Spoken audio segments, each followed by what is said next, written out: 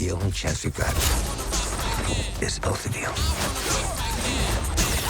Ant-Man and the Wasp teaming up. Follow my lead.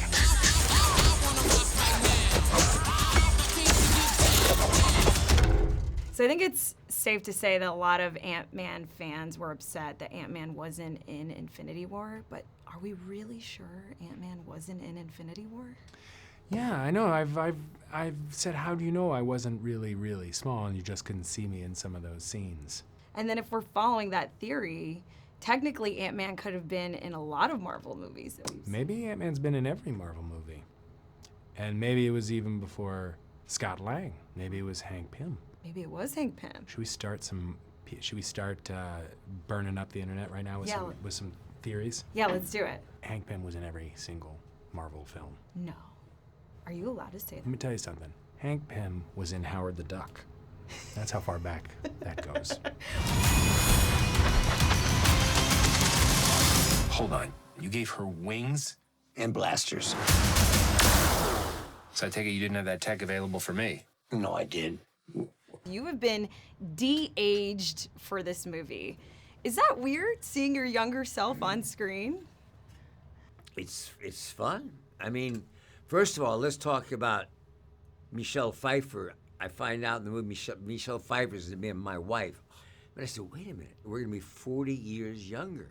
Well, as beautiful as Michelle Pfeiffer is today, she looked pretty damn good 40 years ago. She did look so So good. it's exciting to look forward to that. I think it's just one of the magics of Marvel. I've never done one of these CGI superhero pictures before. So for me, this is an education. Just cannot believe they put these little dots all over your face and you act, and then next thing you know, you've lost 30 years. It's like free Botox. This is free Botox, exactly. That's when this crazy creepy ghost who like walks through walls and stuff. Stole your tech. And now she wants to take over the world or whatever. The coolest thing about Ghost is that we saw it in the comics as a foe for Iron Man, but Ghost never really had much backstory, which I think is cool because you guys kind of created this character from scratch. So did you have any ideas for Ghost that was incorporated into the character? Well, I mean, it's amazing because, you know, you're right. It was with Iron Man, and there wasn't a lot, you know, to go on.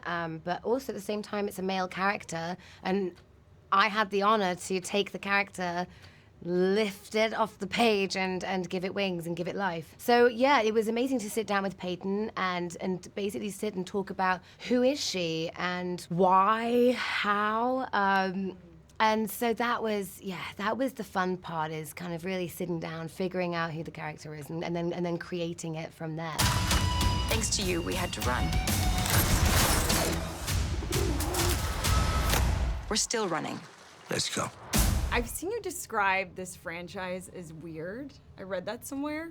I might have used the word weird, yep. So I want to know, why do you think the Ant-Man franchise is weird? I mean weird in only the most positive sense of the word weird. I think we've created a world in the Ant-Man movies where almost literally anything can happen. And in the first movie with Ant-Man, there's a lot of shrinking down, and now we're playing with all these different sort of sizes and using that Pym technology to shrink and grow cars and buildings and stuff. And it's all juxtaposed to the real world in which we live. You know, it's not in outer space or in Asgard or anything like that. And so it makes the world around us seem fresh again, because weird stuff is going on, like, you know, right around the corner or right under our noses. I think that's really what I mean, weird. Yeah. And it can be comedically weird, too. Right. Like, we do some very strange comedic things in this movie.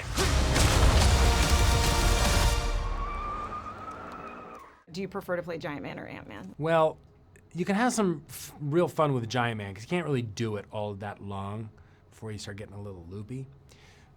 But you can do a lot of really cool things when you're, you know, ant-sized. Practically, I like playing either one of them, because I can set that one out and they can just do it on a computer. And then that's always nice, to be in a scene and not have to actually film it, because I'm a lazy person. Help yourself. Hey, what's up with the fancy pastry? We gotta keep the food budget down. Well, what are we supposed to have for breakfast? The oatmeal packets. Oatmeal packets. You seen salt? Why is it an insult? Because it tastes like sand. You know why? It's because it's organic. No, That's it's why. not organic. It's sand. It's the most important meal of the day. You know what? You can get creative with it. Break teeth. Put a little brown sugar on it. You put some cinnamon. Put a little honey. Guys, come on, man. Why should people go see this movie? I think it's for a couple of reasons. One, to see Wasp. This is her coming out party as a hero. I'm really, really excited and proud that, you know, to have the first female hero character in the MCU in the title of a movie. And Evangeline is amazing. I think it's a good time of the movie. We wanted to make something that was hopefully even funnier than the first movie. And there may also be some tips to the overall larger Marvel Cinematic Universe that people may be interested in too. This particular one in the Marvel, compared to a lot of the other Marvel films, is sort of like family-oriented. It really revolves around the fact that Hank Pym, my character, is telling his daughter, Evageline Lilly, about the loss of her mother and the possibility of finding her. So it's sort of grounded in a getting together family story. So I guess we're sort of like the Incredibles.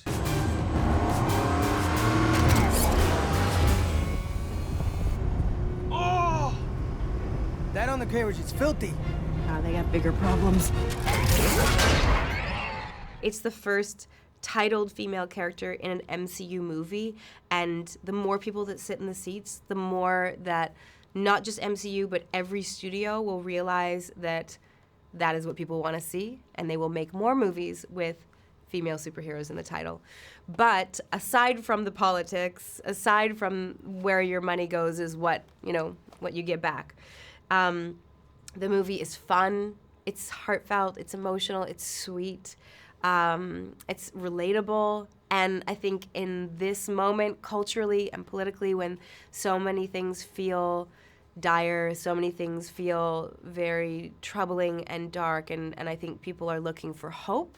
It's a very hopeful film. It's a very sweet film that you'll go away from, I think, feeling good and feeling like, hey, if, Hope Van Dyne and Scott Lang, who are just ordinary folks, can put on some suits and go save the day, then, maybe I can too.